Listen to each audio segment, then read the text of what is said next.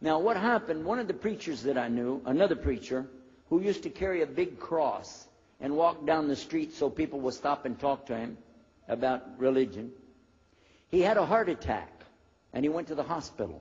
So I went to the hospital to visit him, and when I was visiting him, I met another man in the hospital who was in a wheelchair. This gentleman had a problem. He didn't want to talk to anybody. And I told him, let me witness to you. Let me share the message of Jesus with you. So I took out my Bible, and again, I start telling him about a prophet, Prophet Yunus, alayhi salam. And I'm telling them, look at Jonah. He's in the belly of the whale. He's in the sea. He's down there like this, and who knows how long. And suffering like this, you don't have as big a problem as that. And God saved him, so he could save you too. He said, didn't want to talk to me. I asked him, what's your name? He don't want to tell me. Where are you from? He said, I'm from Venus. So what's that? Well, we do have, there is a Venus, Texas, by the way. But he said, you know, he's from another planet. So I kept, each time I would go, I would talk to him, witness to him. Finally, one day, he started crying. I was pushing his wheelchair around. I took him down. I rolled him around different places.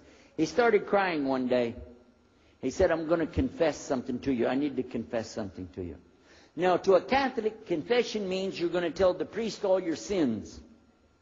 And then he's going to forgive you. Well, I wasn't Catholic.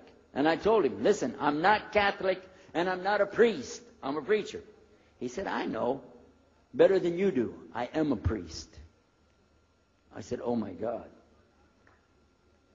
This man is a priest, and he knows the Bible better than I do. He said, I just have had a hard time. I've been here and having heart attacks, and I've been having problems and everything, and trying to figure out a lot of things. He said, I'm sorry I took it out on you. I really am. I apologize. And he started crying. And when he started crying, I felt sorry, you know. I hugged him, and I said, it's okay. One day I went to the hospital, and my friend was gone. So I started visiting with the priest.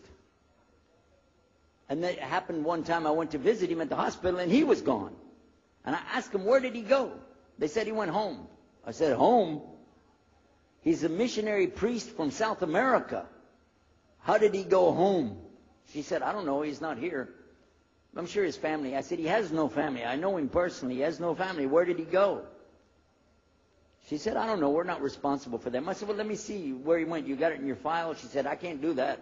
Those are locked up. Nobody can look in the file. And I got in the lady's face, and I said, listen to me.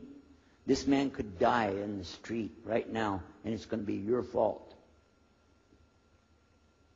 And you're going to get sued because I'm going to sue you for him.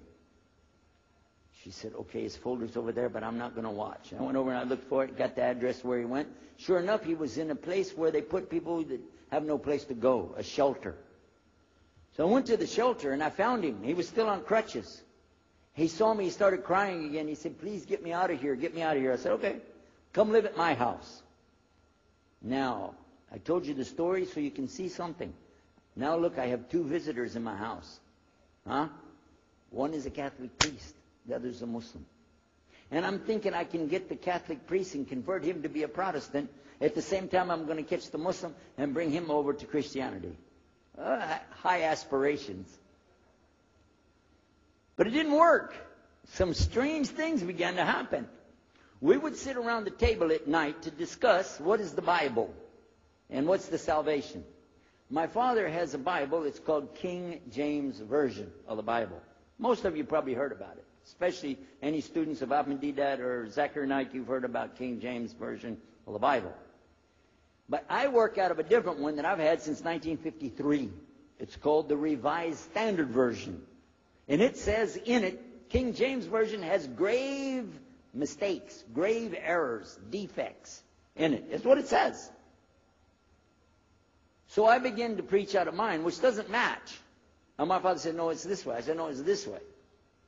Now, my wife comes up with her Bible from Jimmy Swaggart. It's called The Good News for Modern Man. Right? Totally different. It's written in modern vernacular. You can just, say anything you want to with it. You don't even recognize the Bible anymore.